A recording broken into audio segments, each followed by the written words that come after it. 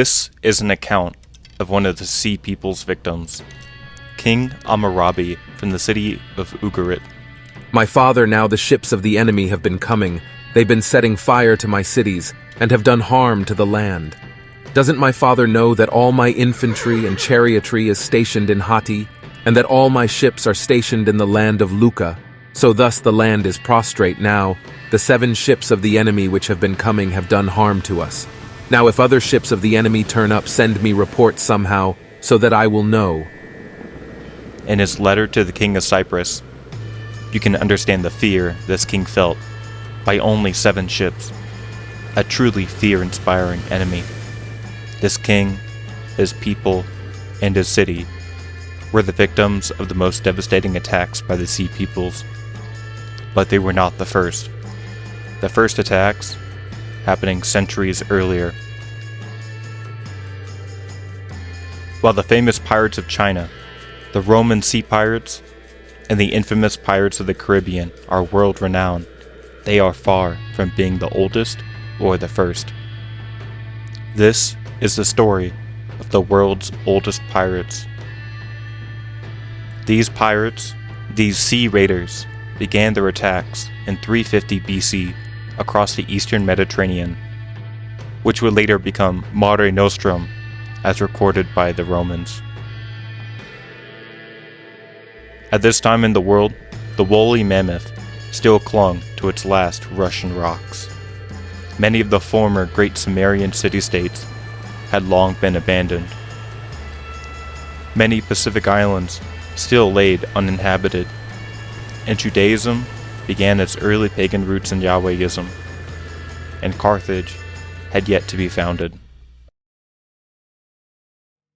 To avoid misunderstandings, I'll begin by describing and explaining who the Sea People were, where they're from, and what they did. The term Sea Peoples is often confusing and misleading, and is only hesitantly used by archaeologists and historians in lack of a better term. The Sea Peoples were a fluctuating group of differing tribes, communities, and people that banded together to commit piracy and plunder the eastern Mediterranean. The Sea Peoples were composed of different nations, with the most famous being the Weshesh, the Lukka, the Peliset, the Sherden, and many others. These peoples existed between the 14th century BC and the 11th century BC. The Sea Peoples are most famously known for their defeat by the pharaoh Ramses III. Though defeated by the Egyptians, they helped in the downfall of Mycenaean Greece, the Hittite Empire, and various Phoenician and Canaanite city-states. Following the Bronze Age collapse and the subsequent Dark Age, the Sea Peoples would quickly fade into obscurity. When it comes to the sources of this period and the references to these early pirates, our sources are varied but strained. History can be changed and altered depending on the perspective of the viewer. One must sort through a variety of information to achieve the truth. There is the archaeology, though it requires an archaeologist to interpret it, and little archaeological evidence of the Sea Peoples still remain. There is the written accounts, which consist of the Amarna letters, the ancient poet Homer, Hittite documents, and various Egyptian sources, although each of these have their own issues, often being filled with bias and vague on the Sea Peoples. One of the most detailed sources is the inscriptions on Medinet Habu, the mortuary temple for Ramses III, with detailed physical descriptions and low-relief carvings of the Sea Peoples and their battle against the Egyptian pharaoh. These inscriptions give life and color to these scarcely known people. Though combined, all these sources offer a beautiful mosaic of the time. But before I begin, I'd like to offer an understanding of why this piracy was committed. Many of these barbarian groups were susceptible to fluctuations in the environment, often devastating their fishing and harvest yields, forcing them to look abroad.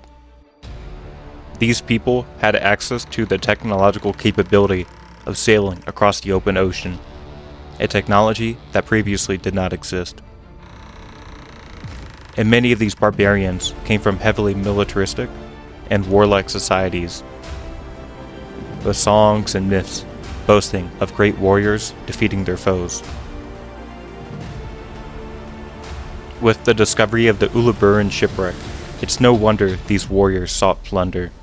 This late Bronze Age ship is one of archaeology's greatest finds, giving great insight into the trade networks and wealth of these ancient civilizations. Found off the coast of Turkey in the eastern Mediterranean, it was a ship laden with treasure, sunk in one of the Mediterranean's many storms. If enemy raiders were able to capture one ship with similar contents to the Uluburun shipwreck, it could turn a struggling community into a powerful kingdom. Here is a full list of the contents of this ship to give an idea of the wealth of this time. Raw copper cargo totaling 10 tons, 121 copper bun and oval ingots, approximately 1 ton of tin Canaanite jars and pistacia resin, at least 149 Canaanite jars, 1 jar filled with glass beads, many filled with olives, approximately 175 glass ingots of cobalt blue, turquoise, and lavender were found. Logs of blackwood from Africa, referred to as ebony by the Egyptians, ivory from hippopotamus and elephant tusks, more than a dozen hippopotamus teeth, tortoise shells, Murex opercula, a possible ingredient for incense, ostrich eggshells, Cypriot pottery oil lamps, bronze and copper vessels, 2 duck-shaped ivory boxes, ivory cosmetics trumpet, more than 2 dozen seashell rings, beads of amber, Baltic origin, agate, carnelian quartz, goldy porcelain jewelry, gold and silver collection of gold and silver Canaanite jewelry, golden chalice, Egyptian objects of gold, electrum, silver, and steatite, gold scarab inscribed with the name of Nefertiti, bronze female figurine arrowheads, spearheads, maces, daggers, a single armor scale of Near Eastern Type 4 swords, large number of tools, sickles, awls, drill bits, a saw, a pair of tongs, chisels, a plowshare, whetstones, and adzes. Axes, ceremonial axe made of green volcanic stone that originates from Bulgaria.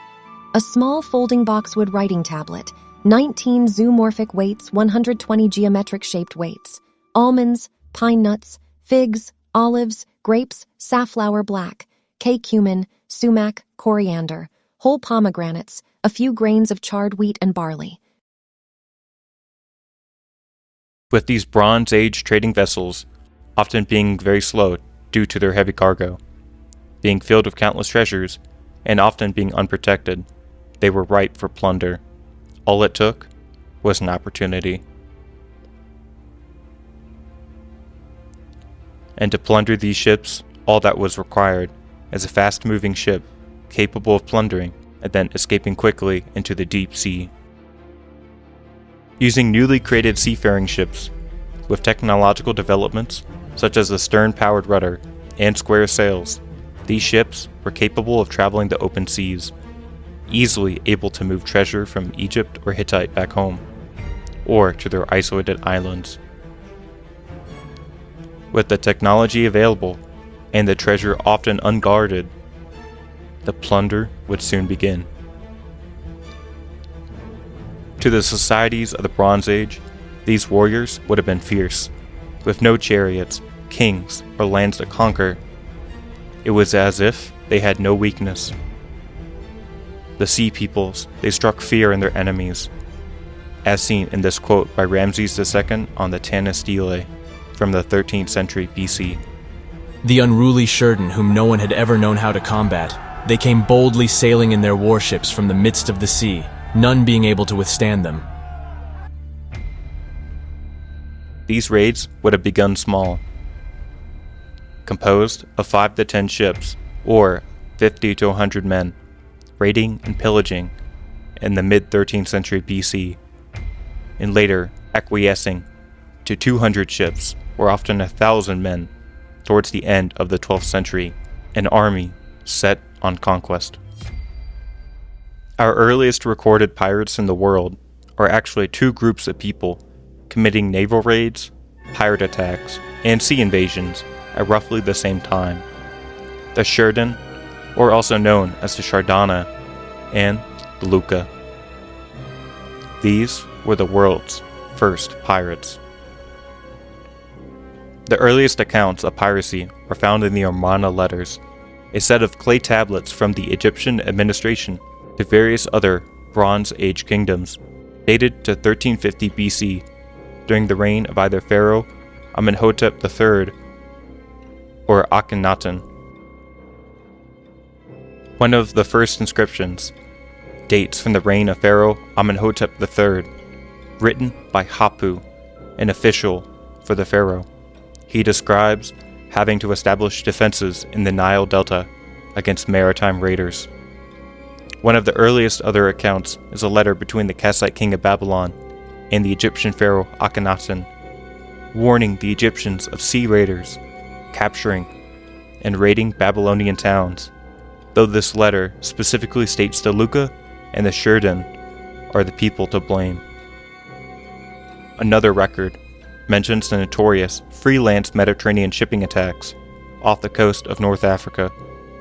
Though it provides little information except for the location, it was likely off the coast of Egypt or Libya in the reign of Pharaoh Amenhotep. In the 14th century BC, the king of Byblos, a vassal king to the Egyptian Empire, mentions his employment of Sherden mercenaries. With these communities likely having been in contact prior to these piratic attacks. Now I will discuss the nature and some of these written accounts about these early pirates. However, I must warn you, very little is actually known about these people. Though writings are sparse about these people, with no kings, no physical descriptions, and only one name being associated to this community, there is hardly any cultural information being associated with this nation. These people are known as the Lukka. The earliest known reference to Lukka is from an inscription at Byblos, dated to 2000 BC, citing Kukan. Kukan, son of the Lukkan. The Lukka were commonly mentioned in Hittite documents, and by the ancient Greek poet Homer, as a fierce and unconquerable group of barbarians situated along southwest Anatolia in the Lycian region of modern-day Turkey.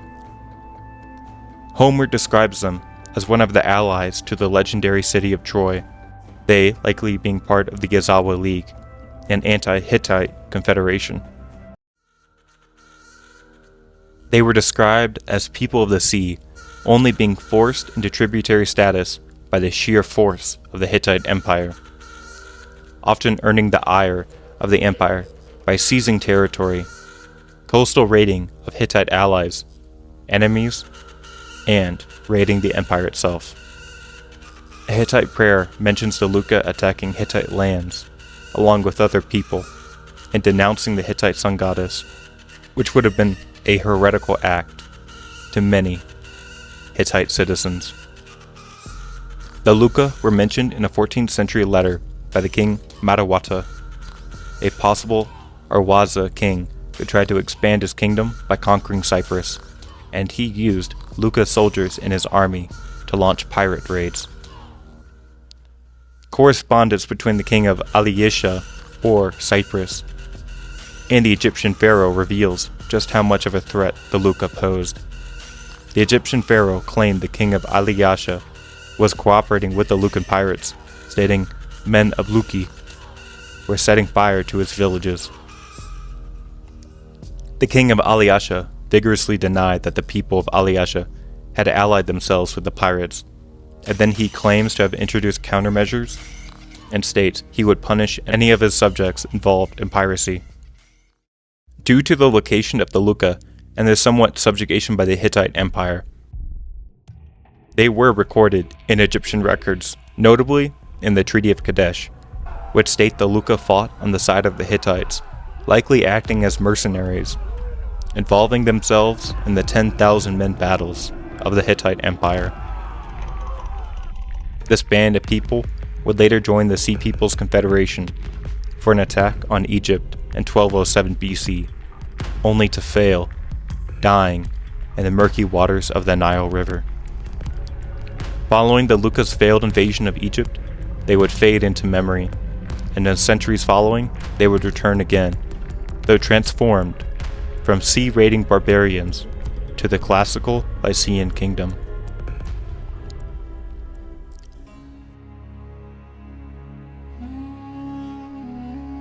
As the Lukka often terrorized the Hittites, their Egyptian counterparts were no better, known as the Sherden, or also known as the Shardana in Akkadian records.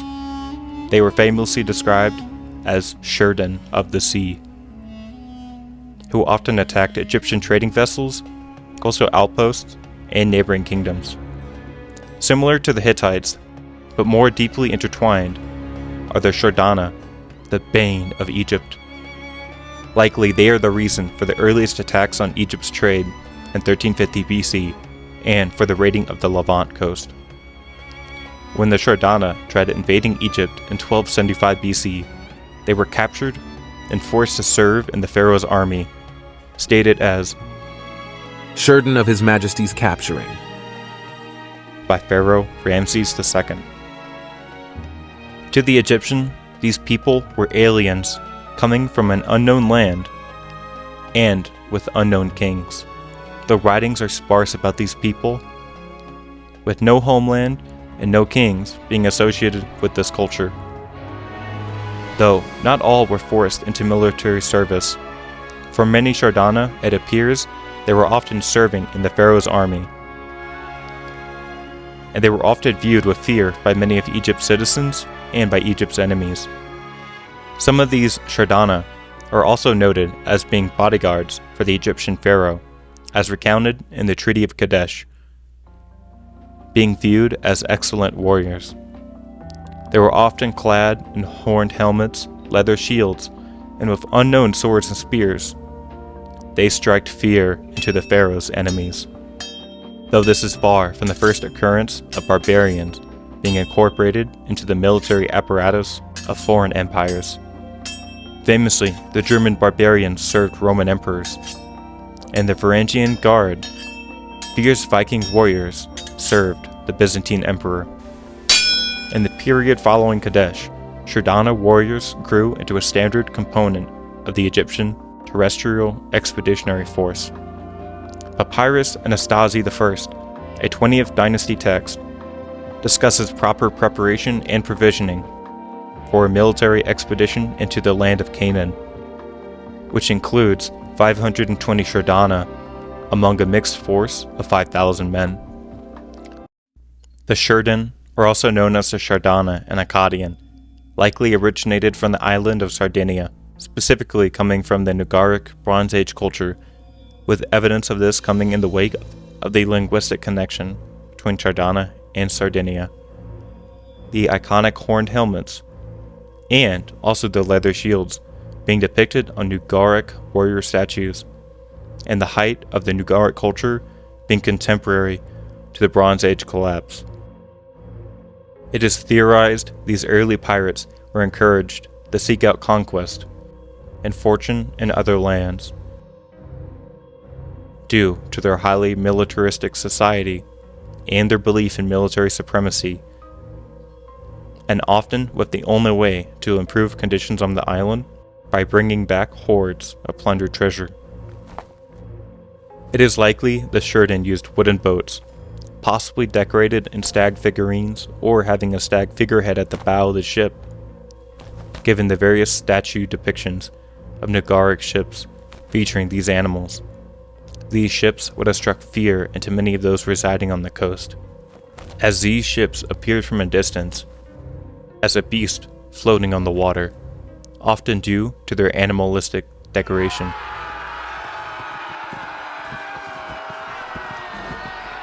When the Great Sea People's attack occurred in 1175 BC, the Sherden likely fought on both sides, for the Sea Peoples and for the Egyptian army. These were not a united people, but only a group of people with a similar culture, language, or heritage. Similar to the Norse Vikings of Europe, they fought for who paid the highest. Given the Sherdanas' fighting prowess, some of these mercenaries were given land in Egypt to settle. Written on the papyrus Amin, the Sherden were given land next to the Temple of Karnak, one of the holiest sites in all of Egypt. These Sherden were viewed as elite status in Egyptian society, a form of a warrior class with the goal of protecting the empire. The Sherdana were continued to be used as mercenaries under the pharaoh Ramses VI during the years 1107 BC to 1078 BC, the final years of Egypt's glory age. The last reference of the Sherdana was under Ramses VI, detailing a messenger named Hori, who was sent to exchange letters regarding a weapons purchase between Thutmose in Nubia and Buta-Hamen in the city of Thebes. Even in Homer's Odyssey, a common occurrence of sea piracy tells of the deep turmoil many Bronze Age societies faced, while the pirate attacks on shipping lanes and the naval raids of coastal settlements brought destruction across the Mediterranean. It was the interruption of trade that doomed many of these societies. While the Lukka and the Sherden didn't exactly cause the direct fall of the empires they served, they disrupted the trade in tin and bronze, and made empires unable to arm their soldiers and unable to create tools for the next harvest. It is the destruction of these trade networks that fell these ancient empires and societies. These pirates, feared, despised, and hated in their time, would soon become forgotten as the world moved on.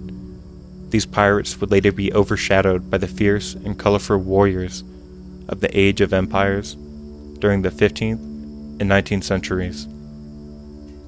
Thank you for watching. And please, tell me what you think of the video.